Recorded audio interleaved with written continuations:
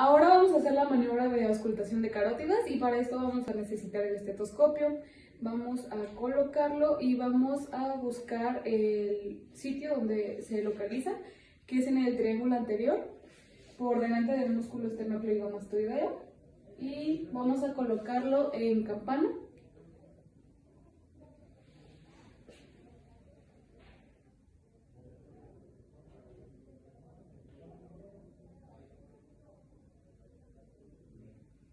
Esta maniobra se tiene que hacer comparativamente, así que lo vamos a hacer del otro lado también.